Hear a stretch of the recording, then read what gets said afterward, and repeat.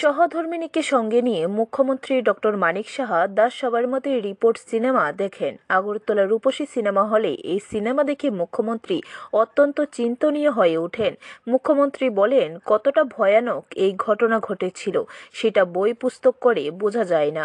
আজ সিনেমা দেখে এই দৃশ্যটি অনুভব করা গেছে এবং এই সিনেমার দ্বারা বোঝা যায় সত্যি সত্যিই থাকে, মিথ্যা বেশি দিন স্থায়ী হয় না। তৎকালীন এই ঘটনাটি সম্পর্কে সকলেই অবগত নয়, তাই সিনেমাটি সকলে দেখার জন্য আহ্বান করেছেন মুখ্যমন্ত্রী। একই সাথে মুখ্যমন্ত্রী সিনেমার প্রোডিউসার এবং ডিরেক্টরকে ধন্যবাদ জানান।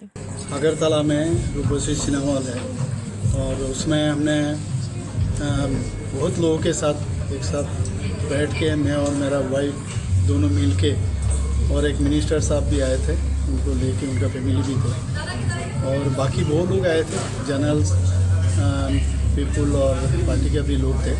सब मिलके ये पिक्चर हमने देखा, साबरमती रिपोर्ट।